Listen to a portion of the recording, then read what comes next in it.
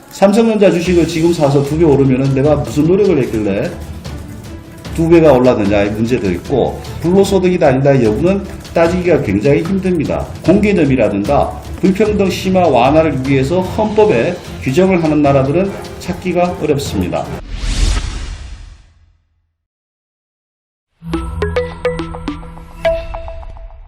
총선에서 여당이 180석을 차지하고 심지어 범여권 의석수가 190석이 되니 여권에선 계속해서 개헌에 대한 얘기를 꺼내고 있습니다.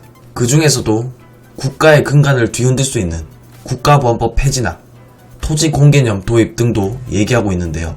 오늘은 이 토지 공개념에 대해 얘기해볼까 합니다. 일단 토지 공개념을 말하기 앞서 우리 시청자 여러분들이 공감할 만한 얘기를 하자면, 자유민주주의 시장경제 국가에선 부자는 소수이고 서민은 다수라는 점입니다. 누구나 똑같이 가난한 북한 같은 공산주의 국가가 아니고서야 대부분의 나라들이 그렇습니다. 열심히 일하는 사람들은 소수이고 그 소수가 부자가 되며 그런 사람들이 부동산을 소유하기도 합니다. 물론 태어날 때부터 고액의 재산이나 부동산을 가질 수도 있지만 그것 또한 증여세나 양도세 등 같은 사회적 보장 제도가 마련되어 있습니다.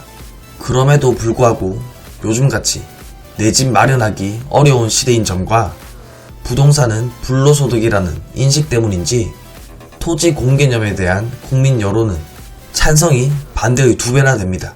과연 부동산이 무조건 불로소득일까요? 그렇게 따지면 주식의 가격이 오르는 것 또한 불로소득입니다. 그리고 이것을 그렇게만 볼 수 없는 것이, 부동산이나 주식 매매 또한 남들보다 뛰어난 능력을 소유하지 않으면 돈을 벌기는커녕 오히려 잃을 가능성이 존재합니다. 물론 조국 전 장관의 사모펀드와 같은 부당한 경우를 빼고 말이죠.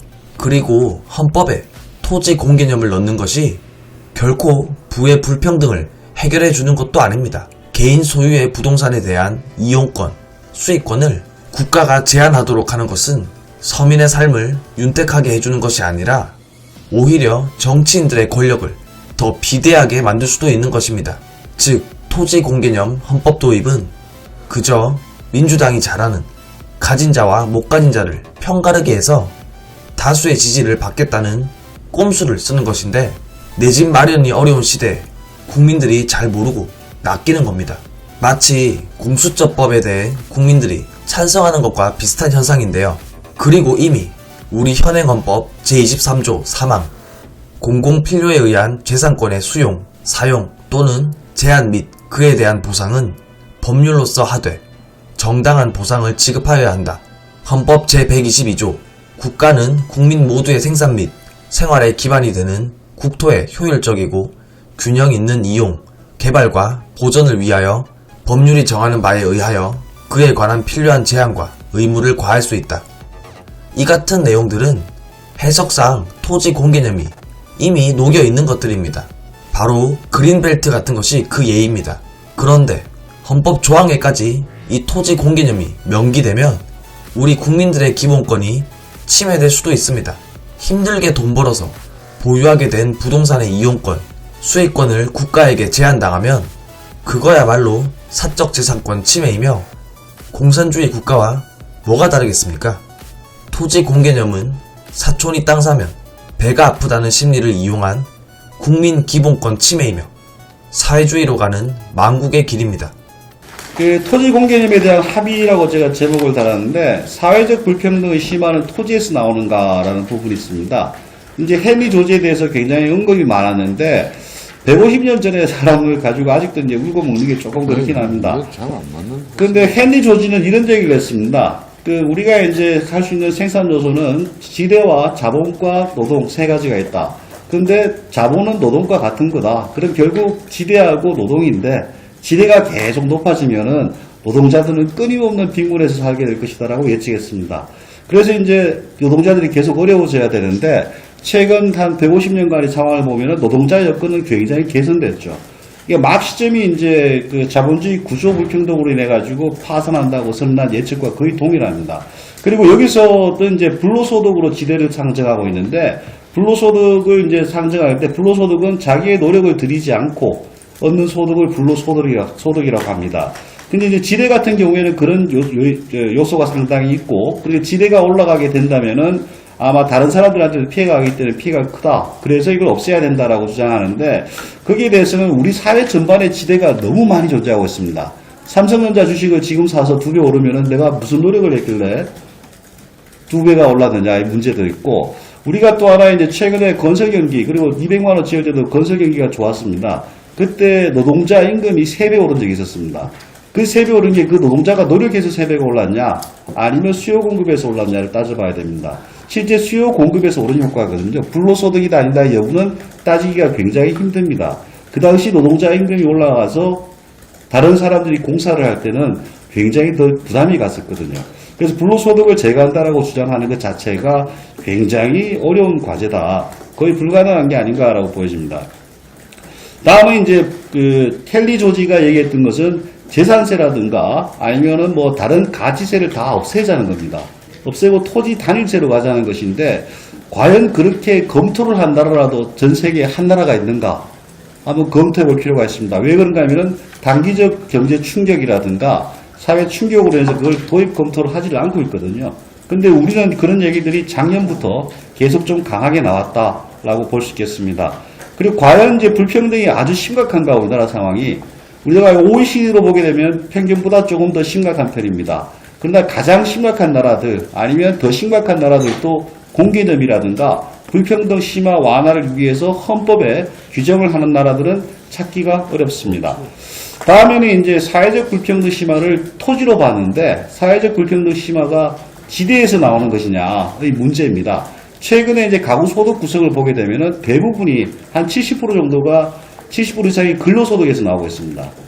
노동자의 근로소득 차이에 따라서 불평등이 심화되고 있다고 해석하는 게 일반적이고, 뭐 재산소득으로 볼 수 있는 게 지대인데, 거기에 대한 비중은 뭐 한 10% 내외 정도입니다. 그래서 지대를 제거해서 사회적 불평등을 완화한다는 것은 효율성이 아주 낮은 방법이다라고 볼 수 있겠습니다. 그리고 이제 특정 지역이 어디만큼 올라야지 사회적 불평등인가의 문제도 한번 고민해 볼 필요가 있습니다. 만약 지방에서 1년 내에 5배가 오르면 그거는 사회적 불평등을 야기한 것이냐, 아니면 강남에서 5% 오르면은 사회적 불평등을 야기한 것이냐에 대한 해석 같은 것들도 굉장히 좀 문제가 있지 않는가라고 보여지고 있습니다. 그래서 지금 이제 정부에서 내놓은 사회적 불평등의 심화를 완화하기 위해서라는 제약 조건은 굉장히 무리수가 있다. 그리고 이것들이 악용될 소지도 있고 다른 선진국에서는 찾아보기 어렵다라고 볼 수 있겠습니다. 다음에는 이제 밝히고 있듯이 합리적 사용을 위하여 제한한다라고 하고 있습니다. 이 합리적 사용이란 말은 굉장히 힘든 말입니다. 누가 합리적을 판단할 것이냐, 이게 이제 사회주의 그 전초가 아니냐, 이런 우려도 있을 수는 있습니다. 그럼 우리나라는 지금 제한하는 것이 굉장히 약한 나라이고 규제가 없는 나라인가?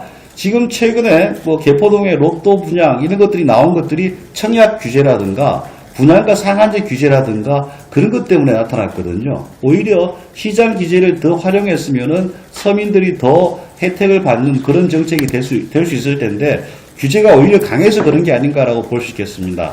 그리고 이제 수용권과 관련해서는 전 세계에서 우리나라만큼 강한 수용권을 발동한 나라는 없습니다. 지금 택지개발이라든가 공공임대주택 건설을 할 때는 소유주한테 묻지도 않고, 의견을 묻지도 않고 토지 소유권, 수용권을 행사하고 있습니다. 우리가 이제 해외 신도시 개발 같은 거 할 때 그런 법을 제안했다가 많이 기각을 당했거든요. 도대체 그렇게 하는 게 어딨냐. 적어도 그 소유자한테 물어는 보고 땅을 뺐어야지 묻지도 않고 땅을 뺏는다. 이런 제도를 갖고 있는 나라는 선진국에는 없습니다. 적어도 물어보고 나는데 그 정도로 강한 규제, 수용권을 갖고 있는 나라입니다. 거기서 이제 더 크게 간다면은 어디까지 갈 것이냐에 대한 우려가 있을 수 있고요.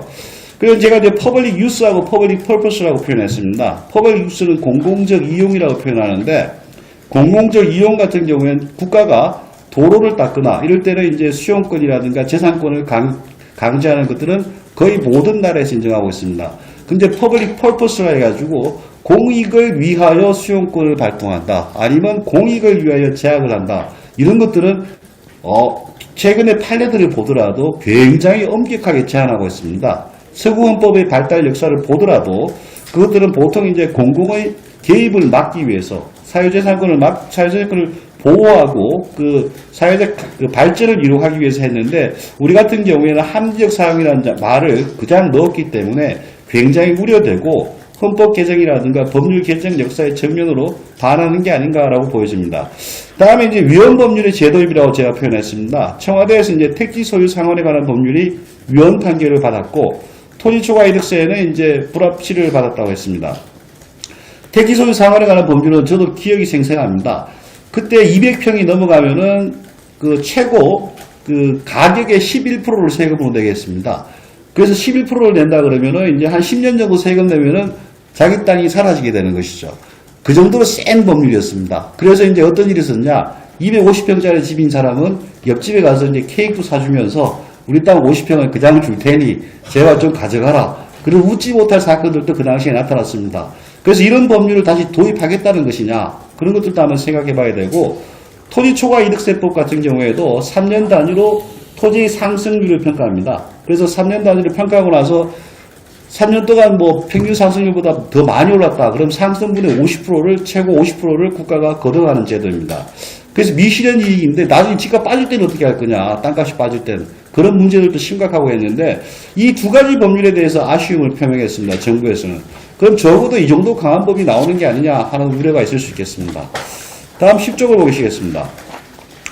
도대체 목표가 이제 사회적 불평등의 심화인가 아니면 강남 집값 또는 서울 집값 잡는 게 목표인가라고 의심이 가고 있습니다. 사실 강남 집값이라든가 서울 집값을 강제로 억누르게 되면은 우리가 과연 경제가 버틸 수 있을까 하는 우려가 큽니다. 지금 이제 지방 집값 같은 경우에는 2006년 이후에 지수를 처음으로 산정했는데 작년, 재작년 처음으로 마이너스를 보였습니다. 그리고 올해도 마이너스를 보일 가능성이 크고요. 지금 상황에서 이제 강남 집값이 빠진다면은 뭐 강남 집값 빠지고 지방이 올라주면 제일 행복한 케이스인데 일반적으로 대장주가 빠지면은 이제 따라가는 추종주들은 더 하락을 하게 되거든요. 그러면 지금 상황도 굉장히 어렵다는 겁니다. 그리고 서민 보호를 이룩 할 수 있겠는가? 과연 지금 이제 다주택자를 규제하는 그런 것들이 장기적으로는 서민들한테 나쁜 결과를 보였다는 것이 2차 대전 이후의 선진국들의 그 경험입니다. 다음은 이제 서민 경제에 미치는 충격 같은 것들은 고려했는가입니다. 사실 그 부유세라든가 뭐 지금 보유세 인상 논의가 있긴 하지만은 다양한 그 옥죄는 규제가 있는데 이런 것들이 단기적으로 나타나고 그다음에 토지에 대해서 세금을 강하게 먹인다면은 단기적으로는 건설업과 부동산업에 큰 충격이 올 것으로 보입니다. 투자 자체가 거의 멈춰버리는 거죠. 그러면 이제 국민 경제가 위축이 되고 재작년 같은 경우에는 이제 건설업이 경제 성장의 한 절반 정도를 담당했습니다. 그래서 경제 성장이 거의 위축되는 게 아니냐라고 볼 수 있겠고 그리고 또 건설업이나 부동산업 같은 경우에는 IT 산업하고는 좀 달라가지고 서민 경제하고 굉장히 직결되고 있습니다. 그래서 서민 경제 충격이 가서 결국 서민이 더 어려워지는 게 아니냐라고 우려할 수 있겠습니다. 다음은 이제 다주택자 등의 이제 고주택, 고가주택이라든가 그런 규제 강화를 볼 수 있겠습니다. 이런 규제 강화가 되게 된다면은 지금 당장이야 큰 문제는 없습니다. 근데 우리나라는 대략 매년 30에서 50만 원 정도를 새로 지어야 하는 상황이고 그 주택의 한 40% 정도는 다주택자가 소화를 하면서 임대주택으로 공급하고 있습니다. 현재 우리나라 임대주택의 거의 한 80% 이상은 다주택자들이 공급하고 있는데 그 임대주택 공급량이 줄어들게 될 것입니다. 이것들은 2차 대전 이후에 유럽 선진국들이 경험하고 나서 다주택자들 장려 정책으로 바뀌었거든요. 그래서 임대주택 공급이 위축되게 된다면은 곧 지나지 않아서 임대료 폭등이 일어나고 결국 서민들이 더 어려워지는 상황이 올 수 있다. 그래서 적어도 이런 것들에 대한 대비라든가 이런 충격이 몇 년 단위로 나타나고 언제부터는 좀 완화되거나 이런 것들은 고민은 해야 되는데 그런 고민들이 너무 없지 않았나라는 것이 있습니다. 저희들이 이제 일반적으로 그 정책을 만들거나 그럴 경우에도 보면은 수혜 계층이라든가 피해 계층 그리고 이제 장기적 효과, 단기적 효과를 따지는데 헌법에 그런 조문을 넣으면서도 그런 검토가 없다는 것들은 굉장히 아쉽지 않나라고 보여집니다. 그리고 이제 그 다음 지역별 상황과 그 영향은 아까 전에 말씀드렸듯이 지역적으로는 굉장히 힘든 상황인데 굳이 이런 것들이 와서 시장 충격을 주는 게 맞냐? 장기적으로나마 더 어려질 가능성이 큰 상황입니다. 그렇기 때문에 적어도 지역별 상황에 좀 맞춰서 내용을 다시 봐야 되는 게 아닌가 싶고 지금 상황에 또 하나 우려되는 것은 금리 인상입니다. 금리 인상이 시작되게 되면 아마 전문가들에 따라 좀 다른데 한 2번, 3번 정도 금리 인상하면 시장 자체가 견디지 못할 수도 있습니다. 견디지 못하게 되면 제가 보기에는 금년 3번 정도 이상하면 부양책이 나와야 되지 않을까라고 보고 있는데 이런 공개념 논의를 지금 시점에 태워가지고 하는 것이 적절하냐 그런 식으로 제가 검토했습니다. 그래서 저는 제가 보기에는 결론적으로 말씀드린다면은 뭐 지금 나온 내용들은 너무 과격하고 검토 없이 나온 뭐 개념 정도가 아닌가. 그것도 컨센서스가 없는 상태에서 나온 개념 정도. 그렇기 때문에 좀 더 뭐 사회적으로 다듬든가 아니면 법률적으로 좀 다듬든가 하는 노력이 필요할 것으로 보입니다. 이상으로 마치겠습니다. 여러분들의 추천, 구독, 공유, 후원이 자유대한민국을 지킵니다.